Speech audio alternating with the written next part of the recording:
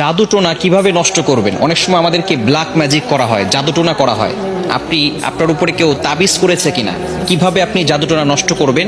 কারো কাছে যেতে হবে না, আপনি ঘরে বসেই নিজে নিজে এই জাদুটে নষ্ট করতে পারবেন। বিশেষ করে আমাদেরকে সতর্ক থাকতে হবে। অনেক সময় আমরা বিভিন্ন মানুষের কাছে যাই এবং আমরা সেখানে গিয়ে বলি, আমাকে একটু হাজিরা করে দেখেন যে আমার ভিতরে কোনো জিন আছে কিনা। তারা তো ঠিকই, যদি জিন নাও থাকে আপনার উপরে জিন একটা চালান করে দিবে, এরপরে আপনার কাছ থেকে বারবার এই জিনের মাধ্যমে ডিস্টার্ব করিয়ে আপনার কাছ থেকে টাকা খাবে। এজন্য আপনি কারো কাছে যাবেন না, নিজে ঘরে বসেই আপনি আপনার জাদুটোনা দূর করতে পারবেন, জাদুটাকে নষ্ট করে দিতে পারবেন। বর্তমান সমাজে ম্যাক্সিমাম সময় দেখা যাচ্ছে যে আত্মীয় স্বজন, একেবারে কাছের মানুষগুলো আপনাকে জাদুটোনা করে আপনার জীবনটাকে নষ্ট করে ফেলবে। অনেক সময় দেখবেন কিভাবে বুঝবেন? আপনি অনেক সময় অসুস্থ হয়ে পড়ছেন, কিছুই ভালো লাগে না, ঘরে ভালো লাগে না, দোকানে ভালো লাগে না, ব্যবসায়িক প্রতিষ্ঠানে ভালো লাগে না, অথবা ব্যবসায় বারবার লস হয়ে যাচ্ছে, অথবা সংসারে কোনো শান্তি নাই, স্বামী স্ত্রীর ভিতরে ঝগড়া হচ্ছে, অথবা কোনো মেয়ের বিয়ে হচ্ছে না। এই ধরনের কারণগুলো হচ্ছে ব্ল্যাক ম্যাজিক করা, জাদুটোনা করা। এটা হচ্ছে তার লক্ষণ। জাদুটোনা করেছে কিনা তার লক্ষণ হচ্ছে বারবার অসুস্থ হয়ে যাওয়া, বিভিন্নভাবে আপনি অসুস্থ হয়ে পড়ছেন। মেয়েটার বিয়ে হচ্ছে না, বারবার পাত্র আসে, দেখে সবকিছু ঠিকঠাক থাকে, যেদিন বিয়ে ডেট দিবে তার কিছুদিন আগে বলে বিয়ে করবো না। এরকম অনেকে হয়, অনেকে আমাদের কাছে ফোন দিয়ে বলে। এটা হচ্ছে ব্ল্যাক ম্যাজিক, জাদুটোনার একটি অন্যতম লক্ষণ। এরকম লক্ষণ যদি আপনার ভিতরে থেকে থাকে, তাহলে আপনি জাদুটোনা কিভাবে নষ্ট করবেন আজকে বলে দিব। আপনারা খুব সুন্দর করে প্র্যাকটিক্যালি দেখাবো ইনশাল্লাহ। আপনি দেখে এটা যদি প্র্যাকটিস করেন, ইনশাল্লাহ জাদুটোনা যদি থেকে থাকে তাহলে আপনি নিজেই এটা করলে আপনার জাদুটোনা কেটে যাবে। ব্ল্যাক ম্যাজিক করে আপনাকে কেউ ক্ষতি করতে পারবে না, এবং এরপর থেকে আপনাকে কিছু আমল করতে হবে। আচ্ছা, আমি আপনাদেরকে দেখাচ্ছি। কলম আছে নাকি কারো কাছে?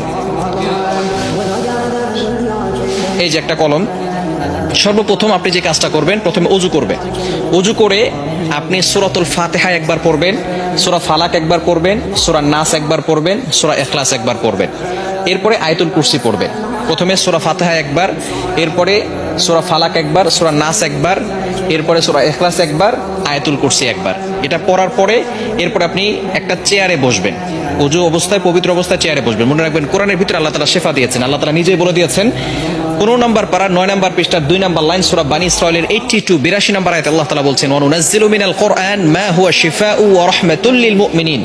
আমি আল্লাহ তাআলা মুমিনদের জন্য কোরআনটা শিফা স্বরূপ নাজিল করে দিয়েছি। প্রথমে আপনি বসবেন একটা চেয়ারের উপরে, পবিত্র হয়ে, অজু করে পবিত্র হয়ে তারপরে বসবেন। বসার পরে একবার সূরা ফাতিহা পড়বেন, এরপরে আপনি সূরা ইখলাস, সূরা ফালাক, সূরা নাস পড়বেন, এরপর আয়াতুল কুরসি পড়বেন। এরপরে আপনি 7 বার সূরা ফাতিহা পড়তে হবে। আউযুবিল্লাহ বিসমিল্লাহ সহকারে। এই যে একটা ছুরি নেবেন ডান হাতে, এটা আমি পেন দিয়ে দেখাচ্ছি, আপনি একটা ছুরি নেবেন। ডান হাতে একটা ছুরি নিয়ে আপনি মাথার উপরে রাখবেন, এভাবে রেখে আউযুবিল্লাহ বিসমিল্লাহ সহকারে সূরা ফাতিহা পড়বেন। পড়ে আপনি ছুরিতে ফু দিবেন।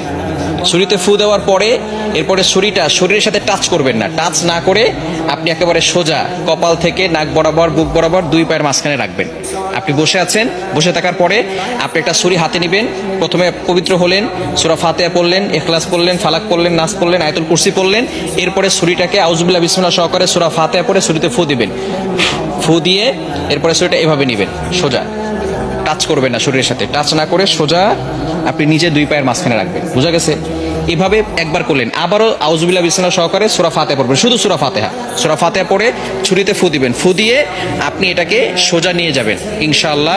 এভাবে 7 বার করলে যদি কেউ আপনাকে ব্ল্যাক ম্যাজিক করে, জাদুটোনা করে, সেহের করে, তাহলে আপনার সেটা কেটে যাবে, আর কোনো সমস্যা হবে না। এরপর থেকে আপনাকে যাতে করে আর কেউ জাদু করতে না পারে, মাস্ট বি আপনাকে 5 ওয়াক্ত নামাজ পড়তে হবে।